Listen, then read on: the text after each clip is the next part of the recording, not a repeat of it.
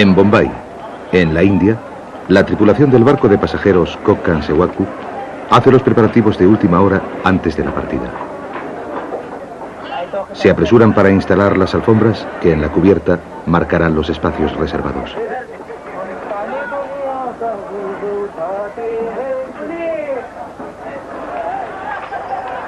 Después de hacer cola durante horas, se permite la subida a bordo de los pasajeros y comienza una frenética lucha por encontrar un buen asiento.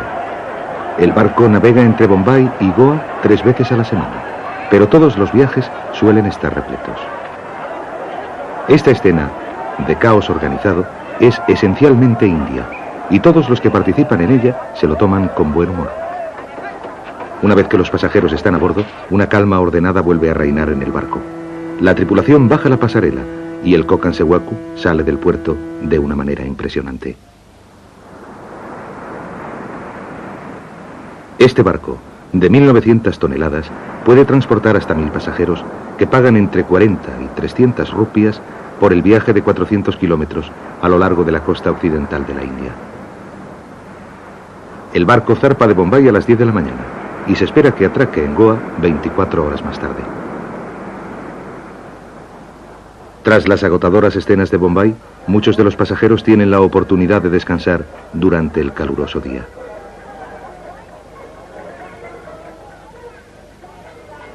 Algunos de los pasajeros son trabajadores inmigrantes que viven en Bombay, pero que tienen a sus familias en Goa.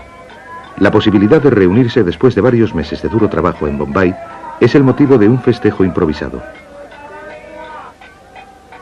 El éxito de la India como nación se basa en la fiesta, en festejar la diferencia.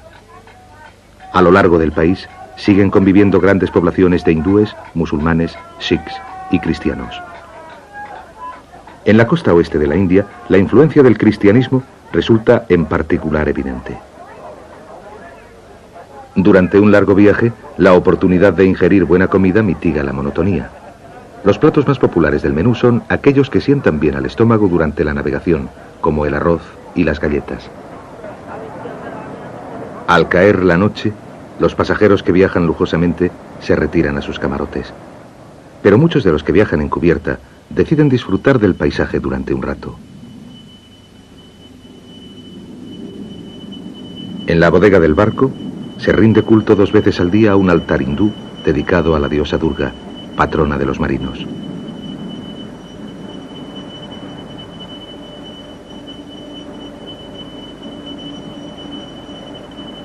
El cocinero del barco actúa también como su sacerdote y ofrece plegarias por la buena travesía del Kokkan Sewaku.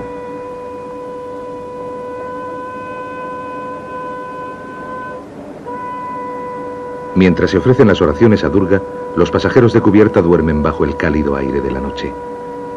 A medianoche, el barco ancla en su primera parada del viaje, a 1 kilómetro frente a la costa de Musakchi.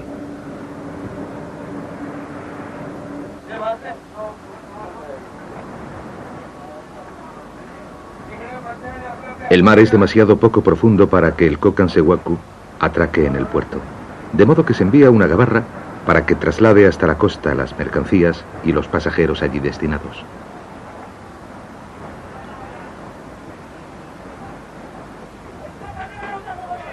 Se amarra una pasarela al inestable barco de remos y casi un centenar de pasajeros desembarca con cautela.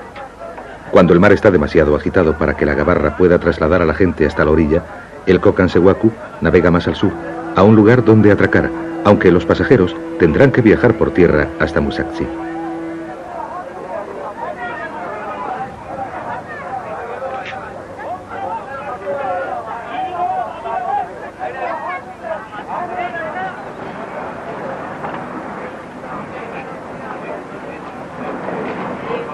Los hábiles remeros se dirigen hacia la costa antes de que el Kokkan Sewaku continúe su viaje.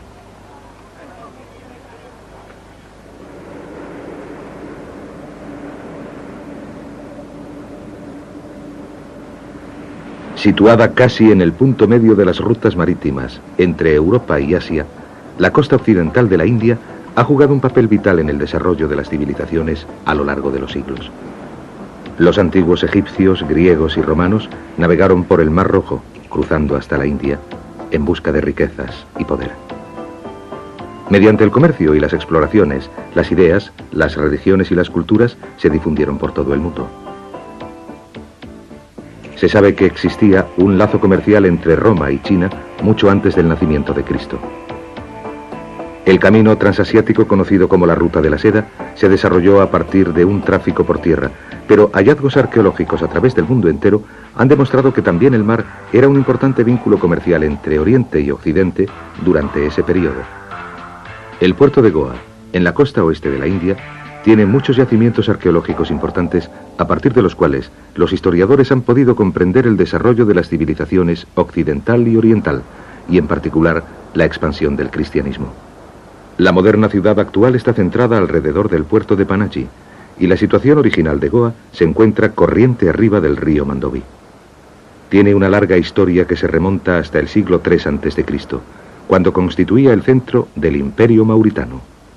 El apóstol Santo Tomás llegó a la costa occidental de la India hace 2000 años, y el control de la zona se alternó entre los cristianos y las dinastías locales hasta que Goa cayó ante los musulmanes en 1312. Durante su dominio, el puerto se convirtió en la capital de una vasta zona comercial especializada en caballos árabes y especias. La importancia estratégica de la región la convirtió en escenario de muchos conflictos, y el reinado de los musulmanes terminó en 1469, cuando la ciudad fue tomada por los sultanes bahmaníes de Gulbarga. Los portugueses llegaron a Goa el año 1510, bajo el mando de Alfonso de Alburquerque, después de haber sido incapaces de asegurarse una base en la costa de Malabar, más al sur. Sus puertos naturales y sus anchos ríos la convirtieron en la base ideal para los marinos portugueses, que estaban decididos a disputarles a los musulmanes el control del comercio de las especias con Oriente y a sustituir el Islam por el cristianismo. El arco del Virrey, que conduce al centro de la antigua Goa, fue construido por los portugueses en honor de Vasco de Gama, que descubrió la ruta hacia la India a través del Cabo de Buena Esperanza en 1497. Un holandés, Jan Huygen van Riesholten, realizó un dibujo del antiguo puerto que da una buena idea de cómo era la vida bajo el dominio portugués. La ciudad creció rápidamente de tamaño y en su esplendor se la conoció como la Dorada Goa, que con el tiempo llegaría a rivalizar con la mismísima Lisboa. En el mercado diario se comerciaba con perlas, diamantes, caballos árabes, alfombras e incluso con esclavos. Desde 1625 hasta 1640 el puerto fue azotado por una epidemia de malaria. Esto, junto con la pérdida de la supremacía marítima de los portugueses ante los holandeses y los británicos, marcó el declive de Goa. Por desgracia, hoy día quedan pocos rastros de la antigua gloria del puerto. Lo que ha sobrevivido de la antigua Goa es el cristianismo. Muchas grandes iglesias, conventos y monasterios fueron construidos por diversas órdenes religiosas que llegaron hasta el puerto cuando estaba bajo el dominio de la monarquía portuguesa. Más del 40% de la población local está formado por católicos practicantes y en la ciudad vieja se alzan unas 20 iglesias. Hoy en día, la supervivencia económica de la región se basa en la producción de arroz, caña de azúcar y anacardos. Una parte de la belleza y tranquilidad de la región ha sido perturbada por la industrialización, desde que se descubrieron grandes depósitos de manganeso y hierro en el sur de Goa. Pero el puerto viejo tiene un ritmo vital que resulta atractivo para los visitantes occidentales que tratan de alejarse de todo su mundo. Gran parte de la población sigue llevando una vida que no se ve afectada por los desagradables acontecimientos del siglo XX. Igual que en Europa, la Pascua es un momento de celebración religiosa y una fiesta pública. Una parte de los festejos incluye la preparación de una fuerte bebida alcohólica que se llama feni. En el transcurso de los tiempos, el alcohol se ha producido a partir de las frutas o plantas más disponibles en cada región. La Biblia, por ejemplo, contiene incontables referencias al vino que se hacía a partir de las uvas que crecían en el Oriente Medio. En las costas occidentales de la India, el feni se elabora con anacardos. El feni se produce de forma similar al vino o al coñac. Los frutos del anacardo se arrancan y sus vainas se machacan para extraer el líquido que es la base de la bebida. Igual que en Francia, Italia y Portugal, el líquido vital se extrae pisando el fruto. El paso siguiente es el proceso de destilación.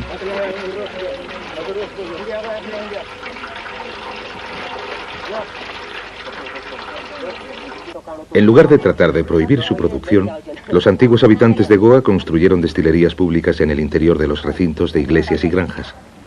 El feni se calienta en una caldera que se alimenta con madera y se transforma en vapor.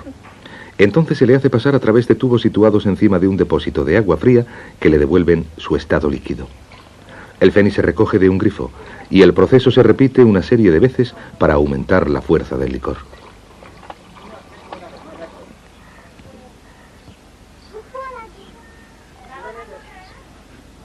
Aunque la India expulsó definitivamente a los portugueses de Goa y de sus alrededores en diciembre de 1961, la región sigue siendo muy distinta a cualquier otra del subcontinente. El efecto que los antiguos colonos ejercieron sobre la zona fue muy grande. Una gran parte de su cultura permanece en su arquitectura, en su religión y en una parte de su burocracia colonial. El imperio portugués estaba fundado en el control del comercio entre Oriente y Occidente. Después de establecerse en Macao, en China, los portugueses transportaron por barco grandes cantidades de valiosa seda y porcelana a través del globo. Una parte de aquella porcelana original sigue siendo evidente aún en Goa.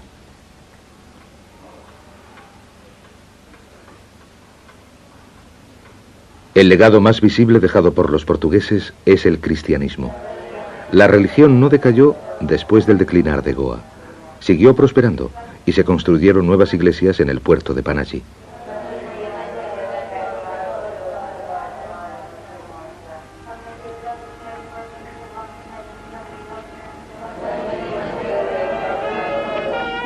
Igual que en Europa, la Pascua y la Resurrección de Cristo son celebradas por todos los cristianos de la región.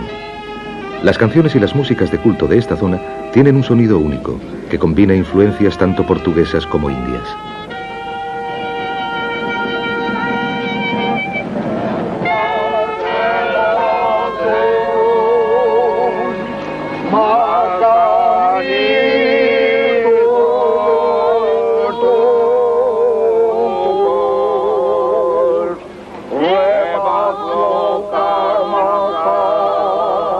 Siguiendo la tradición del catolicismo romano, se lleva una imagen de Cristo por las calles para representar el viaje de su cuerpo desde la cruz hasta su sepulcro.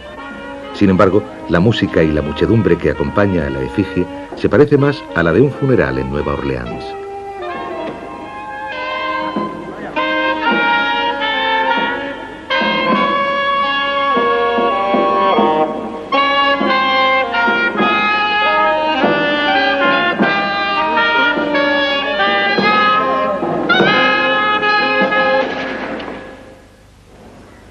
En 1541, a San Francisco Javier se le encomendó la tarea de difundir el cristianismo por las colonias portuguesas del Oriente. Al este de Goa, una iglesia construida en honor del santo jesuita sigue siendo un lugar de culto. San Francisco Javier era un discípulo de San Ignacio de Loyola, que fundó la orden de los jesuitas. Conocido como el apóstol de las Indias, San Francisco llegó a Goa en 1542 y pasó varios años difundiendo la palabra de Cristo por toda la costa malabar. Desde Goa se hizo a la mar hacia Indonesia, donde siguió predicando antes de regresar a la costa occidental de la India en 1548.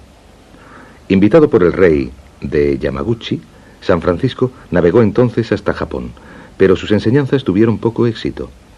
En su viaje de regreso a Goa se detuvo en la isla de Santián, frente a la costa de China, donde enfermó y murió a la edad de 46 años, en 1552. En 1541 los franciscanos fundaron el Colegio de San Pablo para preparar sacerdotes indios y asiáticos.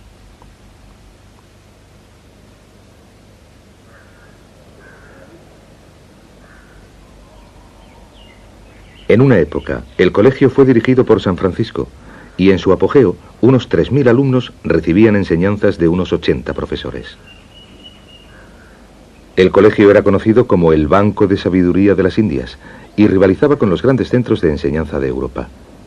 Pero el cólera, la disentería y la malaria abundaban en la zona, y el colegio se vio reducido en su número de alumnos por el violento ataque de las epidemias.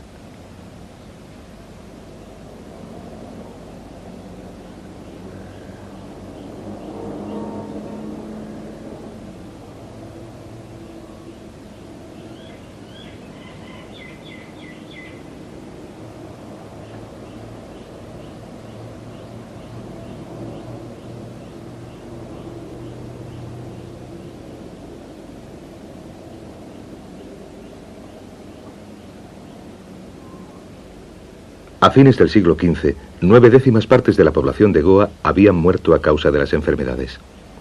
Las 20.000 personas que quedaban vivas no podían mantener al colegio, que cayó en la decadencia. Sus magníficas ruinas son todo lo que queda del antiguo centro de enseñanza cristiana de Oriente. En el lugar que ocupaba la antigua Goa permanecen algunos excelentes ejemplos de la arquitectura portuguesa. La Basílica del Buen Jesús es famosa en todo el mundo católico por contener la tumba y los restos mortales de San Francisco Javier. Junto a este lugar se encuentra el seminario construido por los jesuitas en 1584, que albergó sus restos hasta que fue canonizado en 1622. La basílica tardó 9 años en construirse y se terminó en 1605.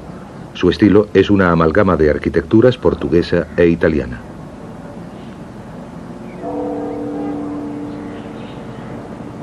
Aparte de sus altares ricamente dorados, el interior de la iglesia es notable por su simplicidad. Las paredes están desnudas, salvo las que rodean a la tumba de San Francisco. Están cubiertas por murales que representan escenas de sus viajes a través del mundo, e incluyen una de su muerte en la isla de San Cián. Naturalmente, el centro de interés es la misma tumba del santo, que fue financiada por el duque de Toscana y realizada en 1698 por el escultor florentino Giovanni Battista Foggini. Originalmente, el cuerpo de San Francisco se dejó reposar en la isla de San Cián. De allí fue llevado a Malaca, antes de devolverlo a Goa en 1554. Entonces se depositó en el Colegio de San Pablo, pero fue trasladado al seminario en 1613. Después de la canonización del santo, el cuerpo fue trasladado a la basílica. Desde entonces ha padecido varias mutilaciones a manos de los buscadores de reliquias. En 1554, uno de los dedos de los pies fue arrancado a mordiscos por una mujer portuguesa. En 1619, una parte de la mano derecha fue enviada a Roma para ser venerada y otra parte del cuerpo fue enviada a unos monjes jesuitas del Japón.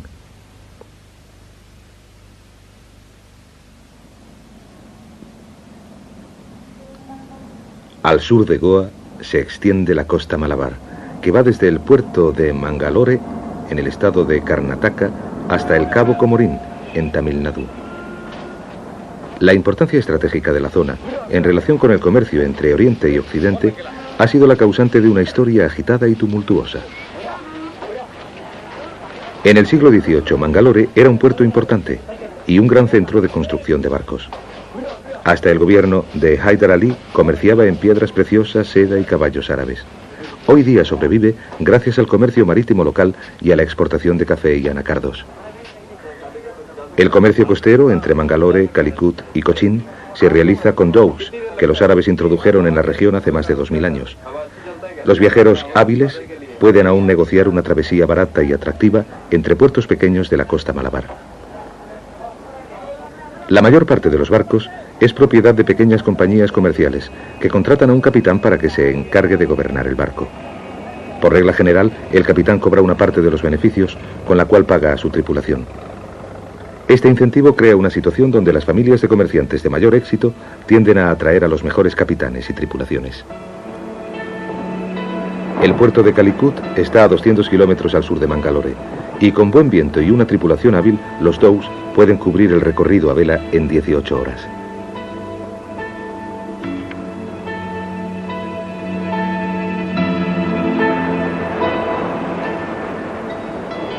El comercio entre Europa, el Oriente Medio y la India se estableció hace miles de años.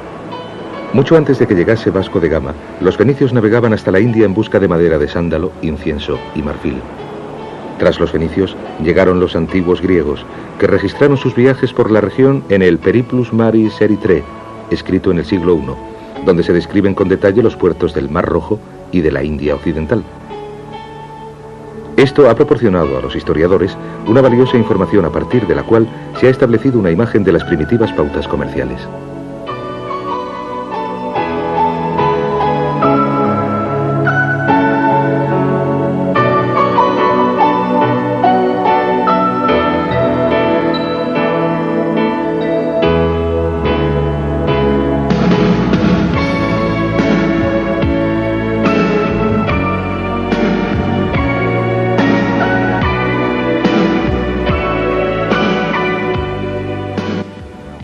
Los dhows navegan a vela y no necesitan de un caro combustible. Además, están fabricados con materiales originarios de la región. Estos factores, unidos a su soberbia maniobrabilidad en el mar, explican por qué han sobrevivido a lo largo de los siglos.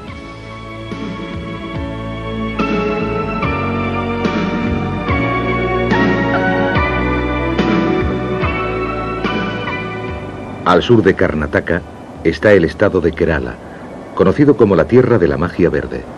Es una franja costera estrecha protegida del resto de la India y de gran parte de sus influencias por una gran cordillera montañosa situada al este del estado. Sin embargo, Kerala tiene una larga historia de contactos con el mundo exterior. La producción de pimienta y cardamomo convirtió a Kerala en el centro del comercio de las especias por derecho propio, pero funcionó también como punto de transbordo entre el lejano oriente y Europa. La producción de cocos es fundamental para la supervivencia de Kerala hoy en día. Algunas de las palmeras alcanzan una altura de 15 metros y la recolección de los frutos se encomienda a hombres expertos que trepan hasta lo más alto y cortan los cocos maduros. Kerala, que se basa en la agricultura, está lejos de ser el estado más rico de la India. Sin embargo, hay una pobreza relativamente pequeña porque el empleo y por tanto el bienestar se distribuyen entre toda la población.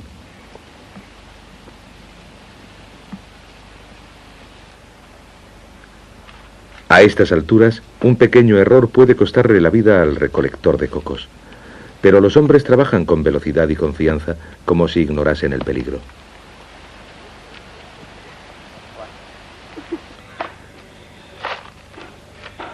Todas las partes del árbol se utilizan.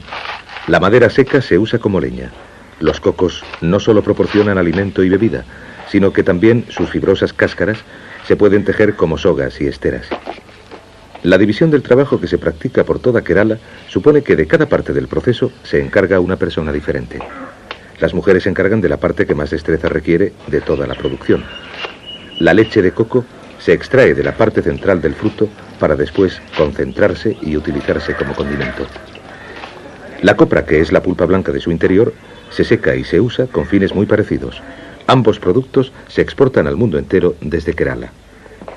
El valor del coco no está solo en su sabor, sin embargo. Las cáscaras se sumergen en agua y se disuelven en forma de hebras fibrosas llamadas bonote o fibra de coco, que se ponen a secar antes de hilarlas. El bonote es la más fuerte de todas las fibras naturales y cuando se trenza o se teje, forma las sogas y esteras excepcionalmente fuertes por las que tiene fama la región. La soga fue vital en el desarrollo del comercio marítimo. Su fuerza y seguridad hicieron posible que los fabricantes de barcos pudiesen construir navíos cada vez más grandes y capaces de llevar más productos más lejos.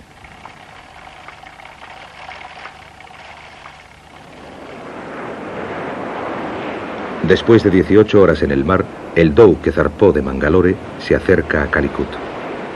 Hasta la llegada de los portugueses a finales del siglo XV, la costa de Malabar estaba gobernada por los zamorines o señores del mar.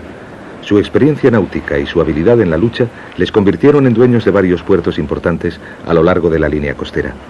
Pero la llegada de Vasco de Gama a Calicut en 1498, después de su épico viaje bordeando el Cabo de Buena Esperanza, supuso el inicio de cambios importantes. En su momento de plenitud, el puerto fue un importante punto de enlace entre Oriente y Occidente y era conocido como la puerta hacia el mundo árabe. Desde entonces, ha cedido su importancia al puerto de Cochín, más al sur, pero Calicut sigue sobreviviendo gracias al comercio costero y a la construcción de barcos. A pesar de todo, quedan algunas pruebas de su antigua gloria.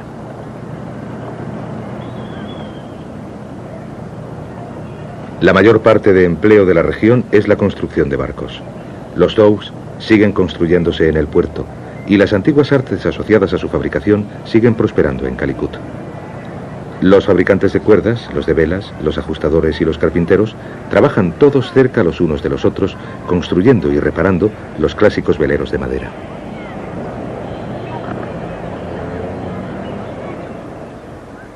Queda muy poco de la antigua Calicut.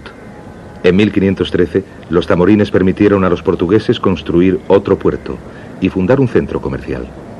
Los británicos le siguieron en el año 1616, pero la dinastía de los zamorines cayó 150 años después y estalló la guerra civil. En 1789, el sultán Tipu Saib, llamado Badur el Bravo, arrasó toda la región antes de que los británicos estableciesen en ella su dominio en 1792. A pesar de su turbulenta historia, Calicut, como la mayor parte de Kerala, es un lugar tranquilo donde gentes de diferentes nacionalidades y religiones han aprendido a vivir juntos, como resulta evidente en los lavaderos del centro de la ciudad.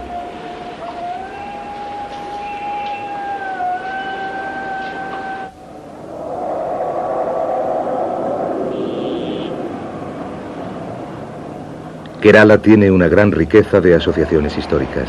Hindúes, musulmanes, cristianos, chinos y judíos se han instalado en diversos lugares de este estado. El 90% de la población de Calicut es musulmán.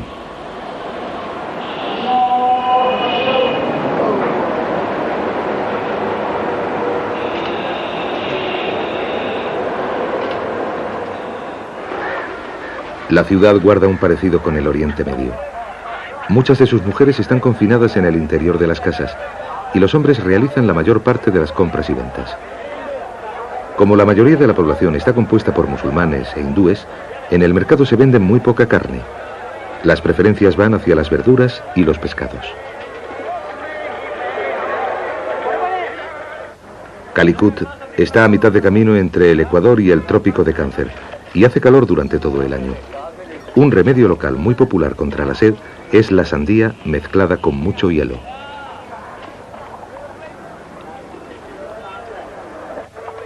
El pescado fresco compone la alimentación de la mayoría de las familias. Se captura en las costas locales y proporciona una barata fuente de proteínas. La costa Malabar es rica en pescado y hay mucha gente que se dedica a la industria pesquera. Unas pequeñas traineras trabajan a cerca de 1 kilómetro de la costa.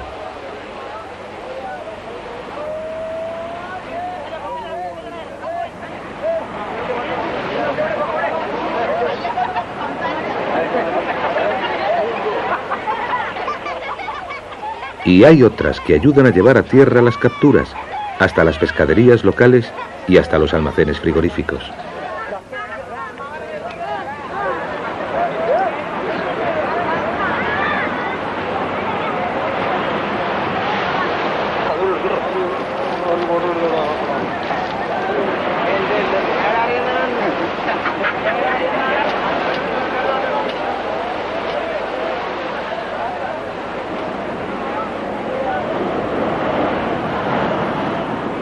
Los barquitos que trabajan cerca de la orilla se conocen como tonis y han sido usados por los pescadores locales desde hace cientos de años. La proa y la popa, elevadas, tienen un diseño ideal para atravesar las encrespadas olas. Pero estos barcos de poco calado son muy vulnerables en las fuertes marejadas.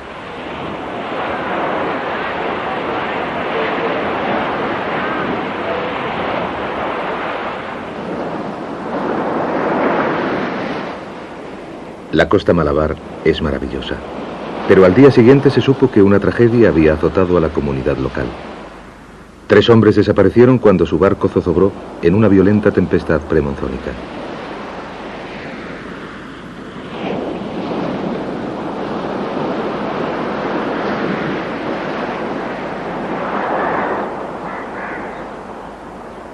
Cuando se pierden vidas humanas, los pescadores de la zona suspenden su trabajo durante algunos días por respeto a sus colegas muertos.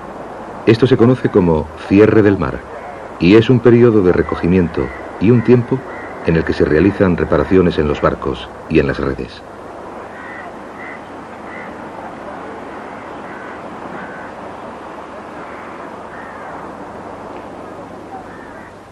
Según el escritor portugués del siglo XVI, Pires, la costa Malabar estaba infectada de piratas que navegaban en barcos conocidos como tones.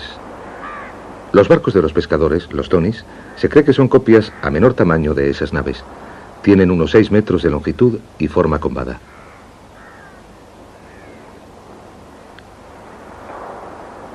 El sistema de construcción es similar al de los dhows y no se emplean ni abrazaderas de metal ni clavos. Los barcos se ensamblan mediante amarras utilizando soga de fibra de coco que se encoge después de haber sido empapada en agua de mar. En efecto, esto hace que la estructura sea firme y aumenta enormemente su fuerza.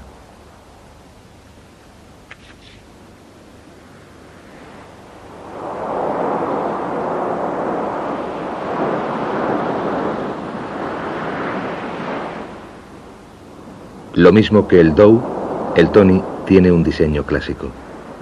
Los hábiles fabricantes de barcos y sogas de la zona siguen trabajando porque sencillamente estos barcos son los más económicos.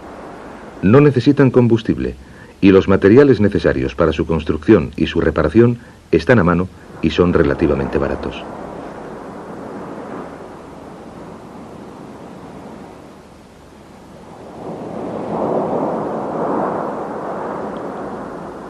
La visión de un barquito de pesca que llega a la costa después de un día de trabajo es una de las más hermosas que pueden verse en el sur de la India.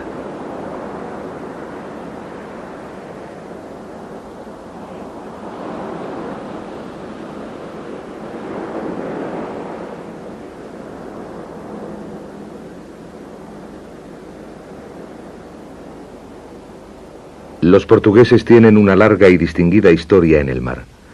Su navegante más famoso es Vasco de Gama, que llegó a la costa occidental de la India en 1498. Hay una teoría que explica sus éxitos, y es que los portugueses descienden de los grandes navegantes fenicios.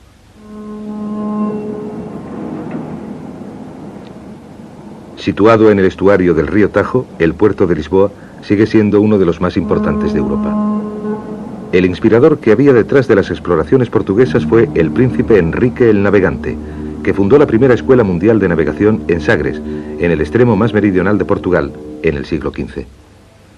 El monumento a los navegantes fue construido en honor a los grandes descubrimientos portugueses y a los hombres que los realizaron. Las Azores fueron descubiertas en 1427, la costa oeste de África en 1434, el Cabo de Buena Esperanza en 1486 y Brasil en 1500. La ruta de Vasco de Gama a la India, bordeando el cabo, significó que los mercaderes podían evitar el Mediterráneo infectado de piratas. Y los barcos regresaban por tanto a Lisboa desde el oriente, cargados de bienes como el oro, la seda y las especias. La riqueza de Portugal en los siglos XVI y XVII se basó en los enlaces comerciales creados por los primeros exploradores. Vasco de Gama, Díaz, Cabral y Magallanes forjaron un amplio imperio que se extendía desde Sudamérica hasta Macao, en China. Tras ellos fueron misioneros cristianos como San Francisco Javier, y la religión se difundió a través del mundo.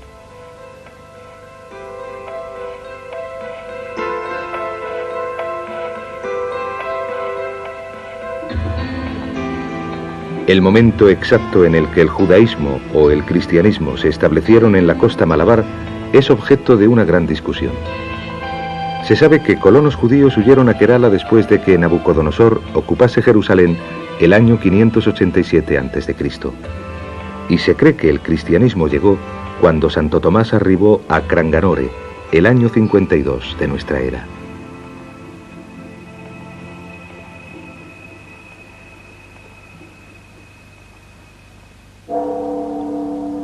Tomás, el que duda, como se le conoce comúnmente, está retratado en La Última Cena de Leonardo da Vinci en el momento de su conversión.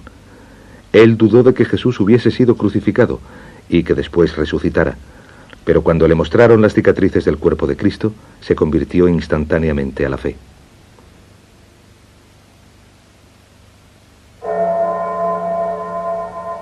Hay leyendas que rodean al santo, particularmente en la India, donde se cree que murió después de haber sido alcanzado por una flecha.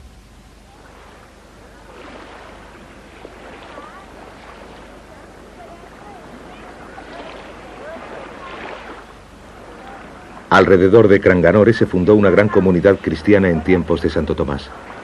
La abundante pesca y los lazos comerciales existentes con la costa malabar ayudaron a la creación de una próspera sociedad.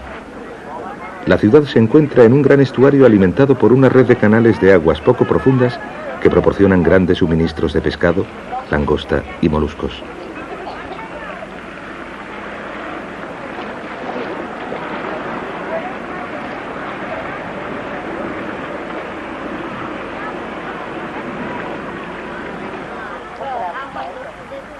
Una gran parte de la comunidad se gana el pan pescando los moluscos que viven en el lecho del estuario. Estas aguas han proporcionado un medio de vida a la población local desde hace siglos, además de ofrecer un camino a lo largo del cual los primeros cristianos difundieron sus creencias hasta el interior de Kerala.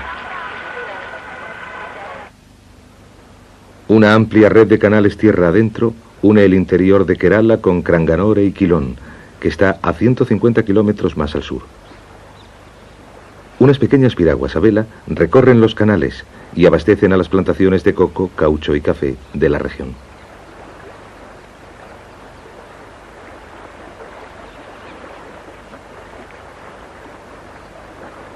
Casi todo se traslada por el agua y los canales están permanentemente transitados. Casi el 25% de la población de Kerala está compuesta por cristianos practicantes, y en este estado el cristianismo lleva más tiempo establecido que en casi cualquier otro lugar del mundo. La fe se estableció con la llegada de Santo Tomás, y la primera iglesia de la que se tiene noticia fue construida en su honor en el siglo IV, río arriba de Cranganore.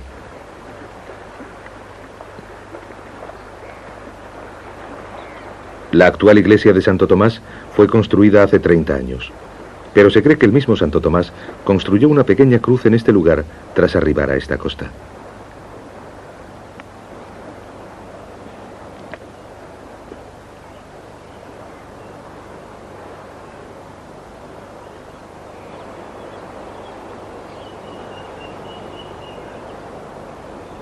Las comunidades cristianas jugaron un importante papel en el comercio y en las transacciones llevadas a cabo por toda la costa malabar, y antiguos registros hacen suponer que eran comerciantes de mucho éxito que concedían grandes regalos de tierras a otras comunidades a cambio de su amistad.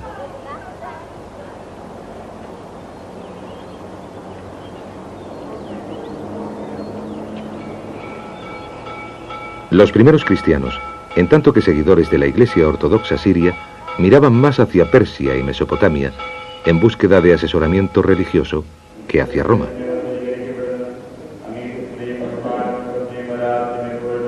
Hasta el siglo XVI todos los obispos de Kerala procedían de Oriente Medio, pero los portugueses acabaron con esta costumbre en un esfuerzo para aumentar la supremacía de Roma en la región. Sin embargo, las acciones de los colonialistas resultaron ser infructuosas y la ortodoxia creció con gran fuerza a pesar de que las relaciones con Roma han sido tensas desde entonces.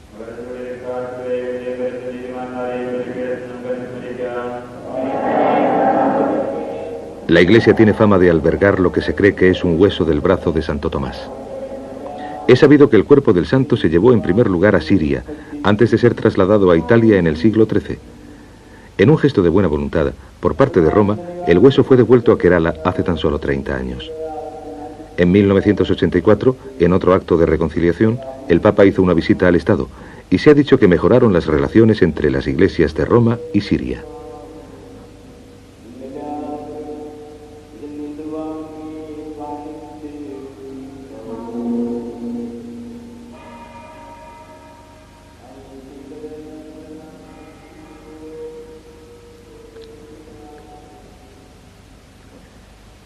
En Kerala, la arquitectura, las actitudes y las prácticas laborales han sido influidas por el cristianismo. Pero a la inversa, la India ha afectado al cristianismo en la región. Los himnos y las oraciones, por ejemplo, son cristianos, pero tienen ritmos y melodías indias. Algunas de las iglesias fueron en el pasado templos hindúes y tienen una arquitectura india tradicional. Las agujas de esta iglesia de las afueras de Cranganore son una mezcla de las arquitecturas religiosas europeas e indias.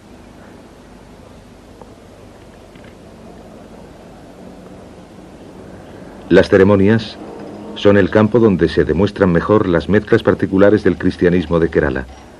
Siguiendo con la tradición, las bodas se celebran en sábado, pero se trata de un acontecimiento exclusivamente indio. Al novio y a la novia los acompañan al interior del templo con el sonido de una música local grabada.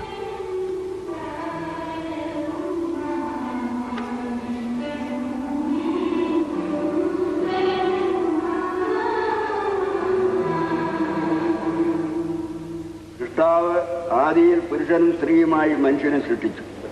തന്നിമിത്തം La fecha de la boda se ha decidido astrológicamente y el servicio nupcial se lleva a cabo en el lenguaje local, el malayalam. La acción de encender velas a cargo de la novia y del novio es esencial en esta ceremonia, al igual que lo es en las bodas hindúes.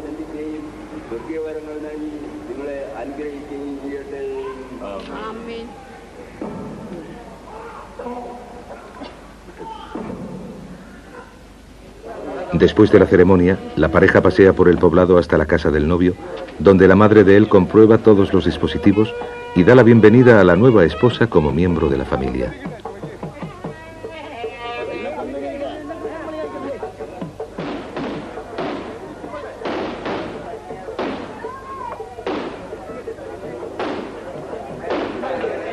Un delicioso almuerzo de curry con base de coco ha sido preparado para los invitados de la boda, y la pareja sirve los alimentos para agradecer a sus amigos y familiares la asistencia a la ceremonia.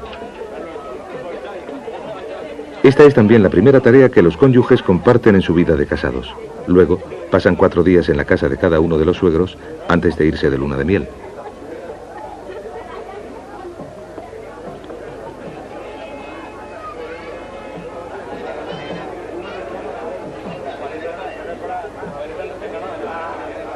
Los cristianos de Kerala se llaman a sí mismos los hijos de Santo Tomás, y una gran parte de su fe se centra alrededor del santo.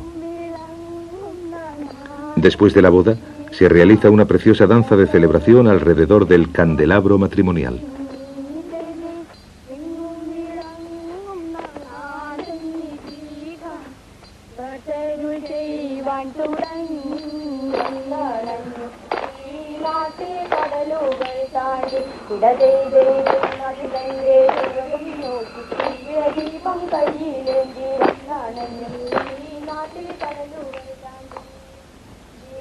El cántico que entonan los bailarines dice: Tomás es mi padre. Un largo viaje le trajo a la India para que nos enseñase sus lecciones. Recibamos a nuestro padre con ropajes limpios, flores y abejas. Acompañadnos para que demos la bienvenida a nuestro padre. Cuando Santo Tomás rezaba en el jardín de los faisanes, una flecha que apuntaba a una de las aves alcanzó el costado de nuestro padre. Él siguió rezando imperturbable, pero la flecha acabó por causarle la muerte.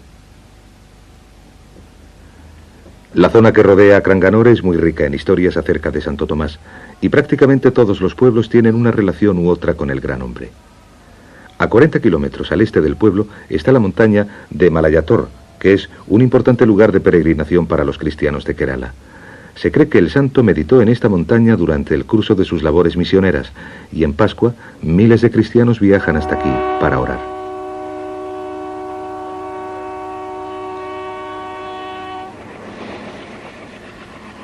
La peregrinación dura 3 meses, y en el primer domingo siguiente a la Pascua, conocido como Putonjar, más de 100.000 cristianos llegan a las montañas después de un viaje que en muchos casos es de cientos de kilómetros.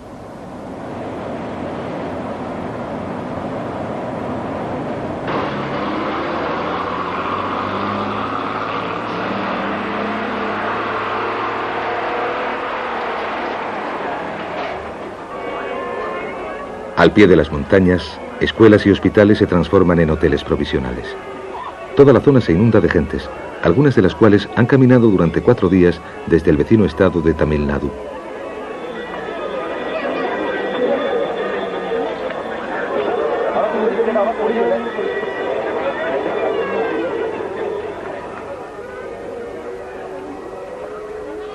El final de la peregrinación está situado en la cima de la montaña de Malayator. A temperaturas superiores a los 40 grados centígrados, los peregrinos escalan el empinado camino. Se dice que los auténticos creyentes pueden ver las huellas de las pisadas de Santo Tomás. Durante la ascensión, los caminantes resucitan la frase: «Ayúdame a escalar la montaña del crucifijo de oro».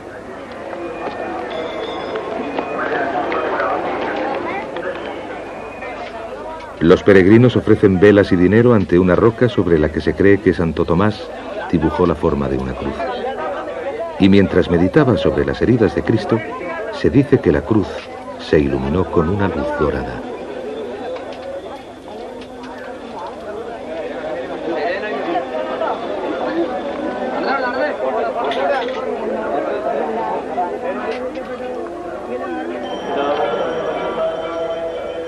Durante la peregrinación se ha informado de muy variadas visiones y más de 2 millones de personas visitan el lugar durante la Pascua.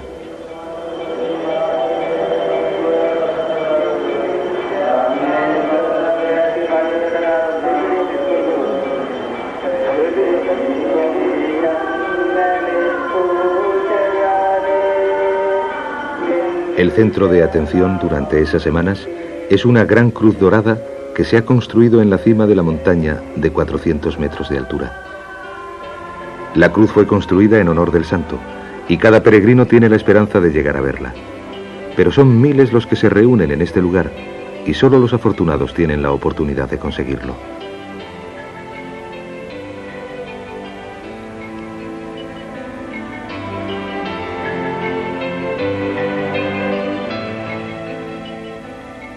En los estados de Kerala, Goa y Tamil Nadu sigue creciendo la fe en el cristianismo 2000 años después de que Santo Tomás llegase a la costa malabar.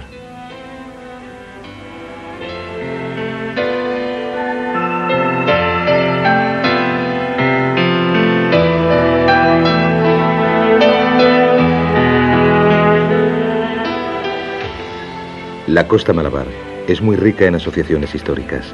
Gentes, ideas y religiones llegaron hasta la costa occidental de la India a través del mar y fueron asimiladas en una de las sociedades más ricas y diversas de la tierra.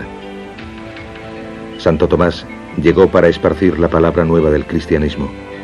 Vasco de Gama vino en busca de riquezas. Y ambos hombres encontraron una tierra llena de belleza que permanece hoy día. Una tierra de riquezas, pero que es aún más rica en sus recursos humanos.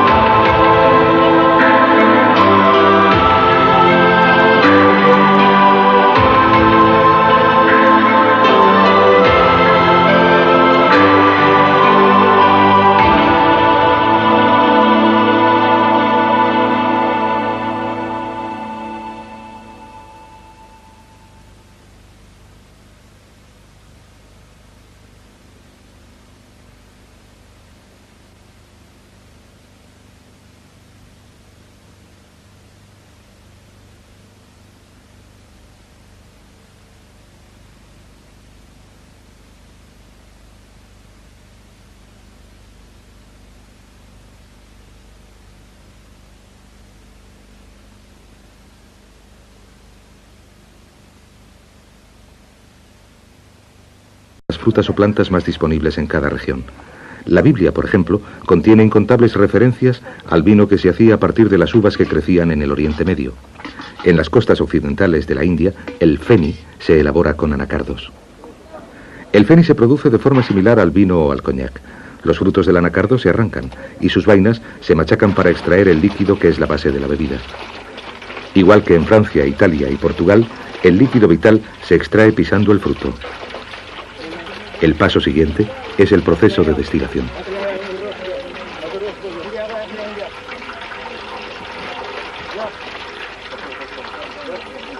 En lugar de tratar de prohibir su producción, los antiguos habitantes de Goa construyeron destilerías públicas en el interior de los recintos de iglesias y granjas. El feni se calienta en una caldera que se alimenta con madera y se transforma en vapor. Entonces se le hace pasar a través de tubos situados encima de un depósito de agua fría que le devuelven su estado líquido. El feni se recoge de un grifo y el proceso se repite una serie de veces para aumentar la fuerza del licor.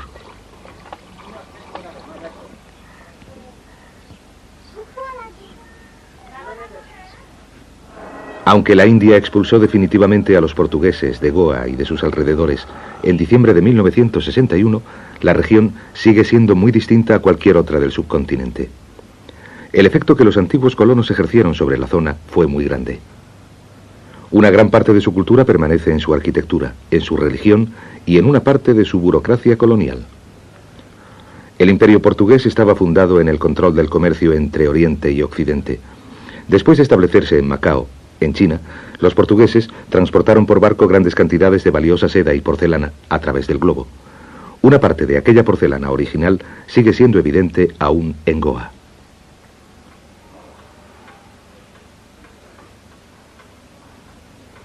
El legado más visible dejado por los portugueses es el cristianismo. La religión no decayó después del declinar de Goa. Siguió prosperando y se construyeron nuevas iglesias en el puerto de Panaji.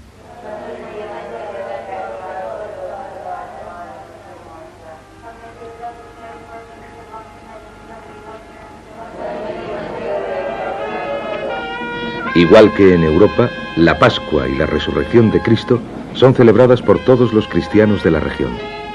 Las canciones y las músicas de culto de esta zona tienen un sonido único, que combina influencias tanto portuguesas como indias.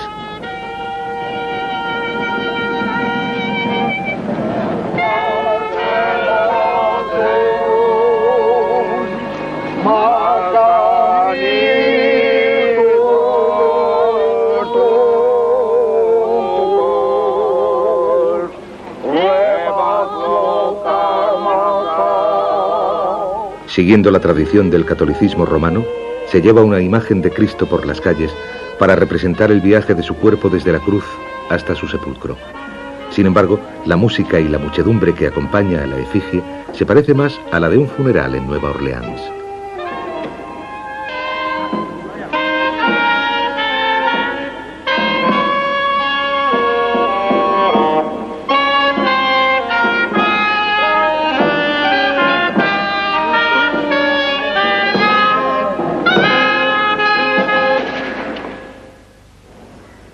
En 1541, a San Francisco Javier se le encomendó la tarea de difundir el cristianismo por las colonias portuguesas del Oriente. Al este de Goa, una iglesia construida en honor del santo jesuita sigue siendo un lugar de culto. San Francisco Javier era un discípulo de San Ignacio de Loyola, que fundó la orden de los jesuitas. Conocido como el apóstol de las Indias, San Francisco llegó a Goa en 1542 y pasó varios años difundiendo la palabra de Cristo por toda la costa malabar. Desde Goa se hizo a la mar hacia Indonesia, donde siguió predicando antes de regresar a la costa occidental de la India en 1548. Invitado por el rey de Yamaguchi, San Francisco navegó entonces hasta Japón, pero sus enseñanzas tuvieron poco éxito. En su viaje de regreso a Goa se detuvo en la isla de Sancian, frente a la costa de China, donde enfermó y murió a la edad de 46 años, en 1552. En 1541 los franciscanos fundaron el Colegio de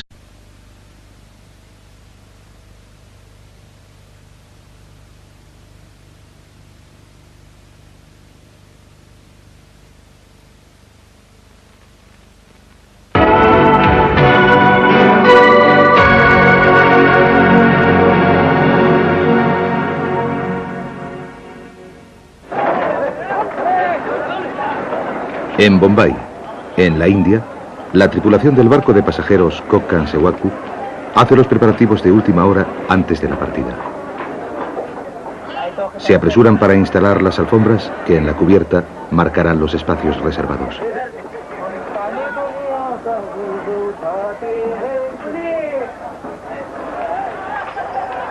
Después de hacer cola durante horas, se permite la subida a bordo de los pasajeros y comienza una frenética lucha por encontrar un buen asiento. El barco navega entre Bombay y Goa 3 veces a la semana, pero todos los viajes suelen estar repletos. Esta escena de caos organizado es esencialmente india, y todos los que participan en ella se lo toman con buen humor. Una vez que los pasajeros están a bordo, una calma ordenada vuelve a reinar en el barco. La tripulación baja la pasarela y el Kokkan Sewaku sale del puerto de una manera impresionante. Este barco, de 1.900 toneladas, puede transportar hasta 1.000 pasajeros que pagan entre 40 y 300 rupias por el viaje de 400 kilómetros a lo largo de la costa occidental de la India. El barco zarpa de Bombay a las 10 de la mañana y se espera que atraque en Goa 24 horas más tarde. Tras las agotadoras escenas de Bombay, muchos de los pasajeros tienen la oportunidad de descansar durante el caluroso día.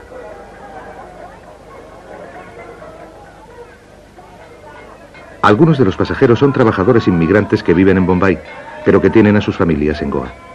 La posibilidad de reunirse después de varios meses de duro trabajo en Bombay es el motivo de un festejo improvisado. El éxito de la India como nación se basa en la fiesta, en festejar la diferencia. A lo largo del país siguen conviviendo grandes poblaciones de hindúes, musulmanes, sikhs y cristianos. En la costa oeste de la India, la influencia del cristianismo resulta en particular evidente. Durante un largo viaje, la oportunidad de ingerir buena comida mitiga la monotonía. Los platos más populares del menú son aquellos que sientan bien al estómago durante la navegación, como el arroz y las galletas.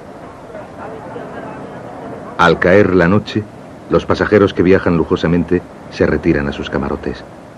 Pero muchos de los que viajan en cubierta deciden disfrutar del paisaje durante un rato. En la bodega del barco se rinde culto 2 veces al día a un altar hindú dedicado a la diosa Durga, patrona de los marinos.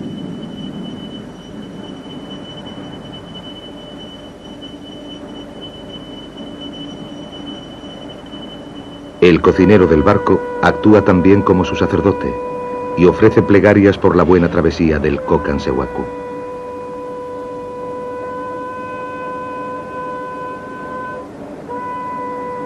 Mientras se ofrecen las oraciones a Durga, los pasajeros de cubierta duermen bajo el cálido aire de la noche.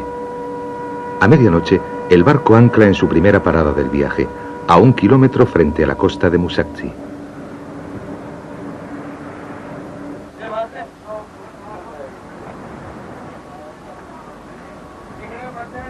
El mar es demasiado poco profundo para que el Kokand Sewaku atraque en el puerto, de modo que se envía una gabarra para que traslade hasta la costa las mercancías y los pasajeros allí destinados.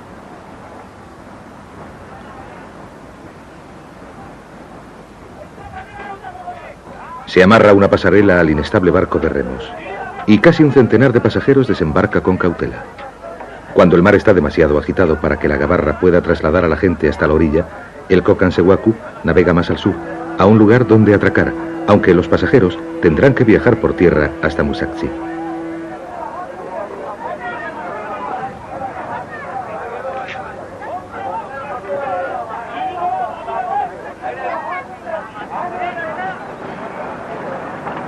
San Pablo para preparar sacerdotes indios y asiáticos.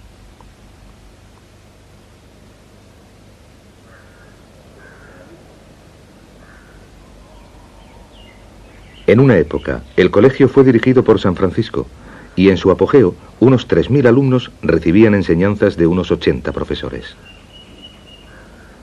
El colegio era conocido como el Banco de Sabiduría de las Indias y rivalizaba con los grandes centros de enseñanza de Europa.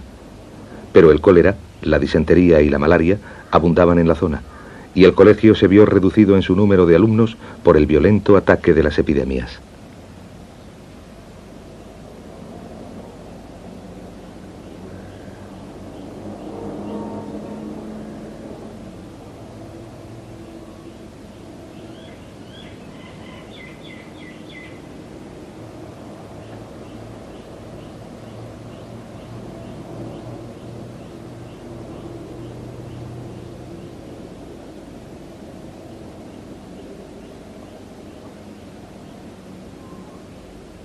A fines del siglo XV, 9/10 partes de la población de Goa habían muerto a causa de las enfermedades. Las 20.000 personas que quedaban vivas no podían mantener al colegio, que cayó en la decadencia. Sus magníficas ruinas son todo lo que queda del antiguo centro de enseñanza cristiana de Oriente. En el lugar que ocupaba la antigua Goa permanecen algunos excelentes ejemplos de la arquitectura portuguesa. La Basílica del Buen Jesús es famosa en todo el mundo católico por contener la tumba y los restos mortales de San Francisco Javier. Junto a este lugar se encuentra el seminario construido por los jesuitas en 1584, que albergó sus restos hasta que fue canonizado en 1622. La basílica tardó 9 años en construirse y se terminó en 1605. Su estilo es una amalgama de arquitecturas portuguesa e italiana.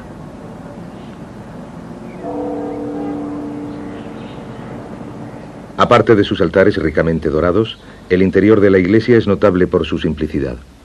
Las paredes están desnudas, salvo las que rodean a la tumba de San Francisco. Están cubiertas por murales que representan escenas de sus viajes a través del mundo e incluyen una de su muerte en la isla de Sancián. Naturalmente, el centro de interés es la misma tumba del santo, que fue financiada por el duque de Toscana y realizada en 1698 por el escultor florentino Giovanni Battista Foggini. Originalmente, el cuerpo de San Francisco se dejó reposar en la isla de Sancián. De allí fue llevado a Malaca, antes de devolverlo a Goa en 1554. Entonces se depositó en el Colegio de San Pablo, pero fue trasladado al seminario en 1613. Después de la canonización del santo, el cuerpo fue trasladado a la basílica. Desde entonces ha padecido varias mutilaciones a manos de los buscadores de reliquias. En 1554, uno de los dedos de los pies fue arrancado a mordiscos por una mujer portuguesa. En 1619, una parte de la mano derecha fue enviada a Roma para ser venerada y otra parte del cuerpo fue enviada a unos monjes jesuitas del Japón.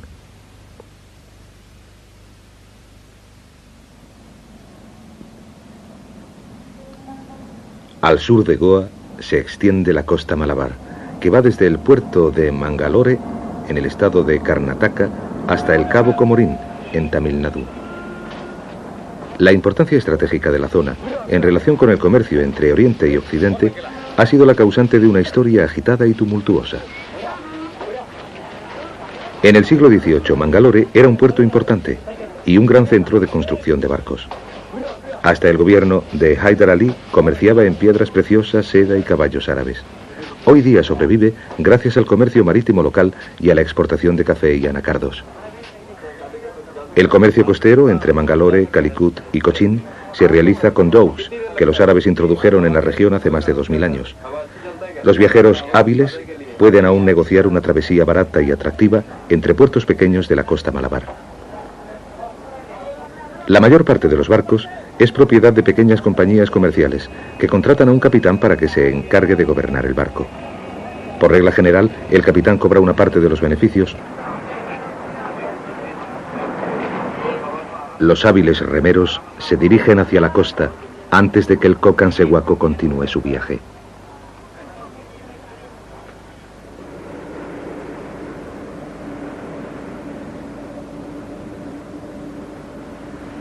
Situada casi en el punto medio de las rutas marítimas entre Europa y Asia, la costa occidental de la India ha jugado un papel vital en el desarrollo de las civilizaciones a lo largo de los siglos.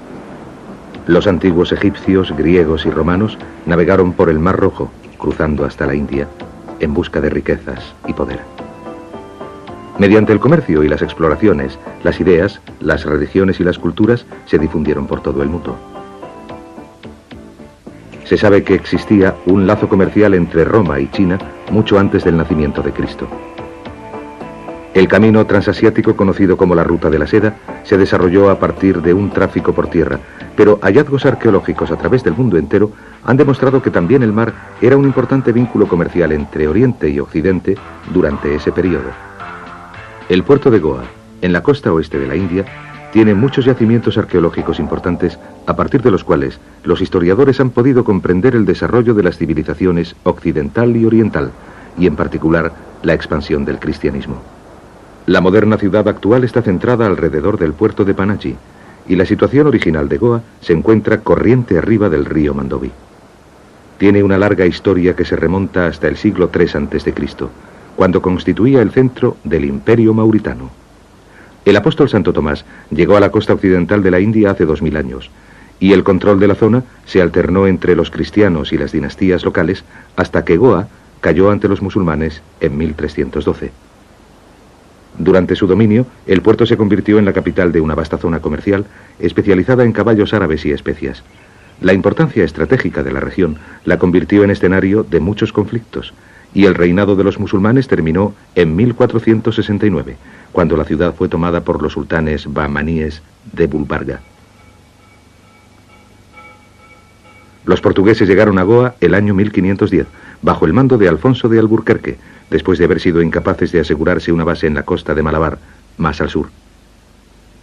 Sus puertos naturales y sus anchos ríos la convirtieron en la base ideal para los marinos portugueses, que estaban decididos a disputarles a los musulmanes el control del comercio de las especias con Oriente y a sustituir el Islam por el cristianismo.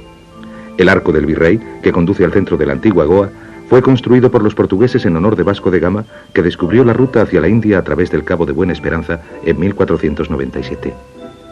Un holandés, Jan Huygen van Rysholten, realizó un dibujo del antiguo puerto que da una buena idea de cómo era la vida bajo el dominio portugués. La ciudad creció rápidamente de tamaño y en su esplendor se la conoció como la Dorada Goa, que con el tiempo llegaría a rivalizar con la mismísima Lisboa. En el mercado diario se comerciaba con perlas, diamantes, caballos árabes, alfombras e incluso con esclavos. Desde 1625 hasta 1640 el puerto fue azotado por una epidemia de malaria. Esto, junto con la pérdida de la supremacía marítima de los portugueses ante los holandeses y los británicos, marcó el declive de Goa. Por desgracia, hoy día quedan pocos rastros de la antigua gloria del puerto. Lo que ha sobrevivido de la antigua Goa es el cristianismo. Muchas grandes iglesias, conventos y monasterios fueron construidos por diversas órdenes religiosas que llegaron hasta el puerto cuando estaba bajo el dominio de la monarquía portuguesa. Más del 40% de la población local está formado por católicos practicantes y en la ciudad vieja se alzan unas 20 iglesias. Hoy en día, la supervivencia económica de la región se basa en la producción de arroz, caña de azúcar y anacardos. Una parte de la belleza y tranquilidad de la región ha sido perturbada por la industrialización, desde que se descubrieron grandes depósitos de manganeso y hierro en el sur de Goa. Pero el puerto viejo tiene un ritmo vital que resulta atractivo para los visitantes occidentales que tratan de alejarse de todo su mundo. Gran parte de la población sigue llevando una vida que no se ve afectada por los desagradables acontecimientos del siglo XX. Igual que en Europa, la Pascua es un momento de celebración religiosa y una fiesta pública. Una parte de los festejos incluye la preparación de una fuerte bebida alcohólica que se llama feni. En el transcurso de los tiempos, el alcohol se ha producido a partir de con la cual paga a su tripulación. Este incentivo crea una situación donde las familias de comerciantes de mayor éxito tienden a atraer a los mejores capitanes y tripulaciones. El puerto de Calicut está a 200 kilómetros al sur de Mangalore, y con buen viento y una tripulación hábil, los dhows pueden cubrir el recorrido a vela en 18 horas.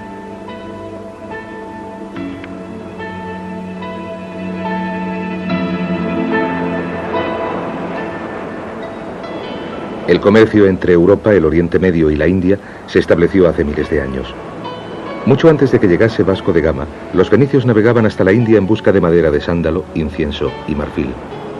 Tras los fenicios llegaron los antiguos griegos, que registraron sus viajes por la región en el Periplus Maris Erythrae, escrito en el siglo I, donde se describen con detalle los puertos del Mar Rojo y de la India Occidental.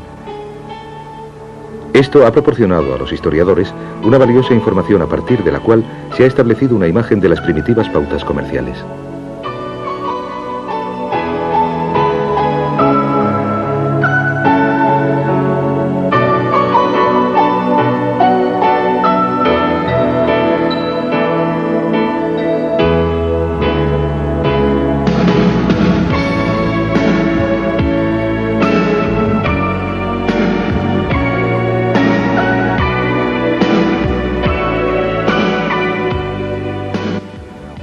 Los dhows navegan a vela y no necesitan de un caro combustible. Además están fabricados con materiales originarios de la región. Estos factores, unidos a su soberbia maniobrabilidad en el mar, explican por qué han sobrevivido a lo largo de los siglos.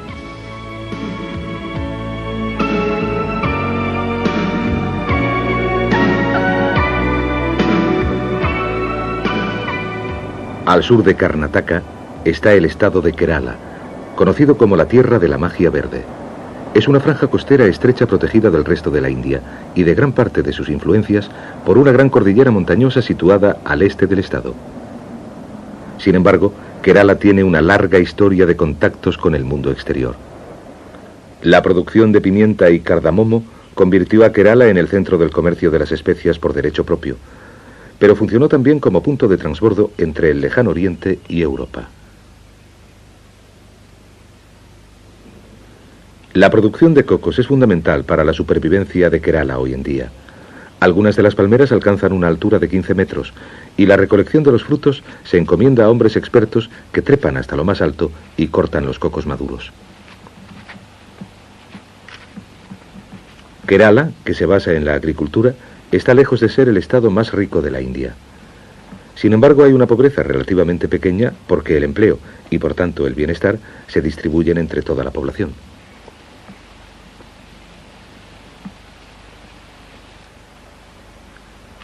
A estas alturas, un pequeño error puede costarle la vida al recolector de cocos, pero los hombres trabajan con velocidad y confianza como si ignorasen el peligro.